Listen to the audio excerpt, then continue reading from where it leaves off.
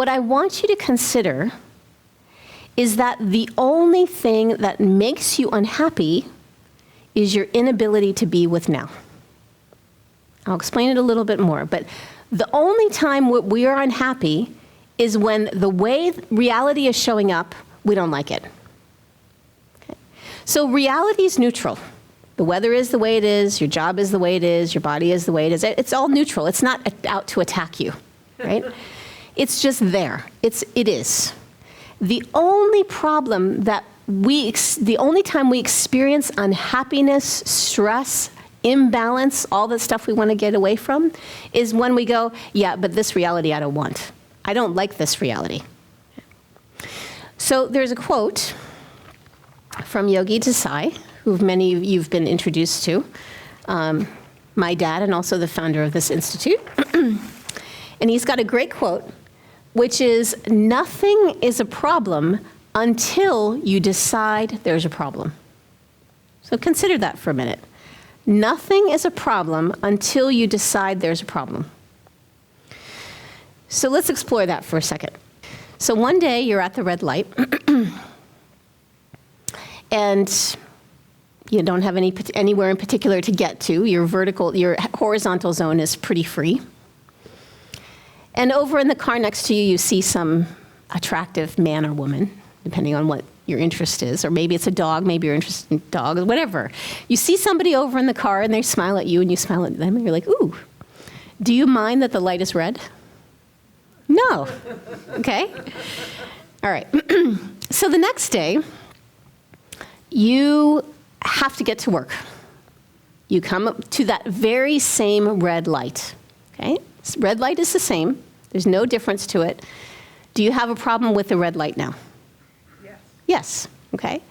So is the reality of the red light the same?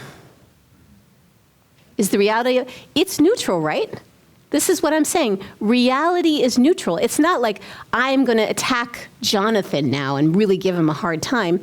The red light is absolutely the same on both days, but what's different? Your feeling toward it. My feeling toward it. Say it. My attitude toward it. And the attitude is, on the second day, I'm going to suggest it's something like, I don't want it to be this way, right? I want reality to be different. That's what's assaulting me. The fact that here's reality, the light is red. The reality also is that I'm supposed to be at work. The reality is also that I'm not at work because I'm sitting behind this red light and I can't relax with it. I am resisting reality.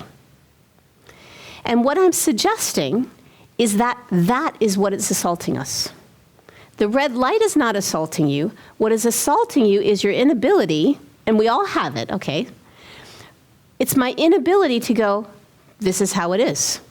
Because in that moment, yes, you could speed through the light or whatever, but in that moment, is it true that you are not at work? Is it true that you're sitting behind a red light? Is it true that the light is red? That's a fact. In that moment, it cannot be changed. In the next moment, you can make a phone call, you could do something else, all those things are available to you, but in that moment, it can't be different.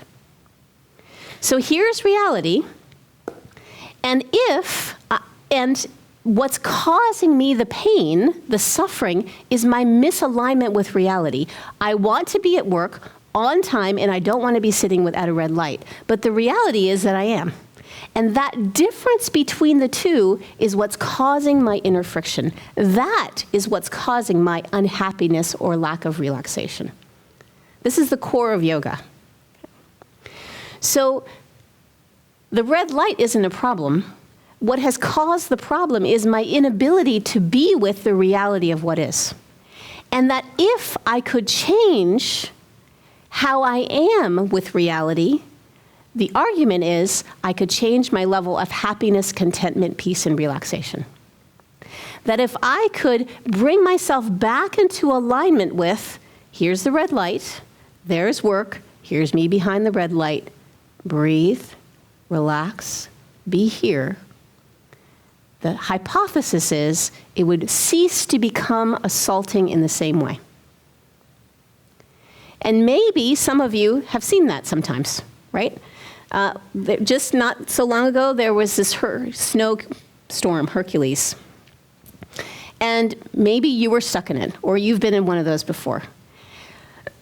And you find out that your plane first is canceled, then you show up the next day and it's delayed.